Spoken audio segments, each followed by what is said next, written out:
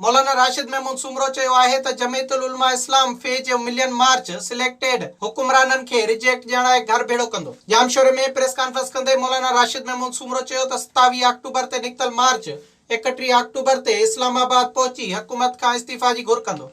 Selected हुकुमरान हाणे rejected हुकुमरान बणजी चुका है। कश्मीर दावत लगी चुको है। इन तमाम शयुनि खे खणी करे 27 अक्टूबर ते जमीयत उलमा इस्लाम आज़ादी मार्च जो आगाज़ कराची का करे रही है।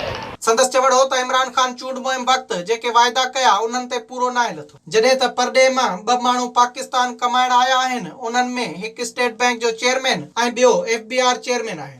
ॿियो कोई कमाइण जे लाइ आयो या न आयो, 2 माण्हू पाकिस्तान खां ॿाहिरां कमाइण जे लाइ पाकिस्तान ज़रूर आया आहिनि।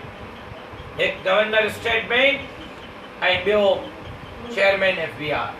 संदसि चवण हो त असांजे मार्च में शामिल कारकुन क़ौम ऐं अवाम जी मिल्कियत खे नुक़सान न पहुचाईंदा। जेकॾहिं हुकूमत रस्ता रोक कई त कराचीअ खां गिलगित ताईं नंढनि वॾनि शहरनि में धरना हया वेंदा, जंहिंजी ज़िम्मेवार हुकूमत हूंदी। विजिट कयो अवामी आवाज़ मीडिया ग्रुप जी वेबसाइट awamiawaz.pk